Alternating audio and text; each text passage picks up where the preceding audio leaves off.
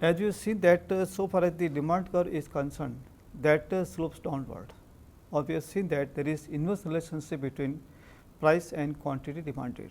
But why this sort of relation we find between price and quantity demanded, and what are the reasons which are responsible for demand curve being sloping downward?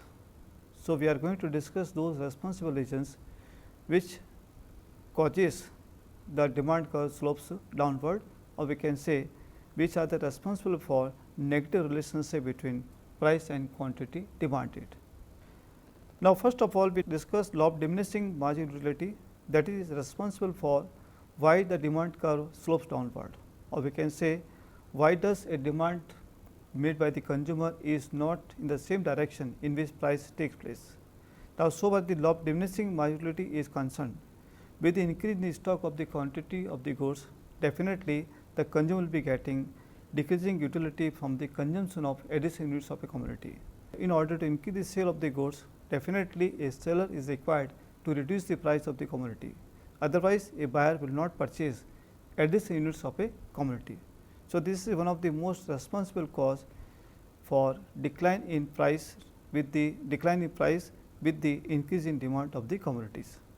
And second is substitution effect, or we can say that whenever there is decrease in price of the commodity, definitely the person is in a position to purchase more units of the same commodity, for the simple reason that the person who is using other commodities will definitely switch over to that commodity of which the price has gone down. And third is income effect. Now, there are two types of the income, real income and monetary income. Real income is what is the purchasing power of the money, and second is monetary income is the quantum of the money.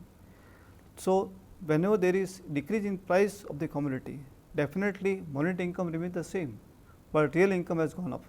So, on account of increase in real income, the person is in a position to make more demand for the units of a commodity, and with the increase in price of the commodity, then definitely the real income has gone down. So, therefore, the person would like to make less demand of the units of the commodity. Now, in this course we can say that so far the monetary income is concerned, that remains constant, and D is number of buyers. Now, so far the number of buyers is concerned, number of buyers is determined on the basis of the level of price in the market. If price of commodity in the market is very higher, then there will be restricted number of the buyers who purchase the goods of the commodity. If price has gone down considerably, then definitely more buyers will be coming into the market, and they will start increasing the demand of the commodity. We can say that so far as the number of buyers is concerned, it is on the basis of the level of the price. If higher level of price is there, then definitely number of buyers will be restricted and demand of the commodity will be less, and with the declining price of the commodity, definitely number of buyers will be increasing the market, and therefore, the demand of the commodity will also be increasing. And next is different uses.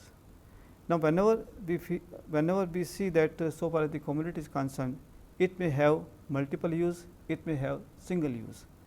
If there is a commodity that has got multiple use for electricity, then if there is change in the price of electricity, then definitely the electricity will be used for so many purposes, and in this way the demand of the electricity will be affected in a very considerable proportion.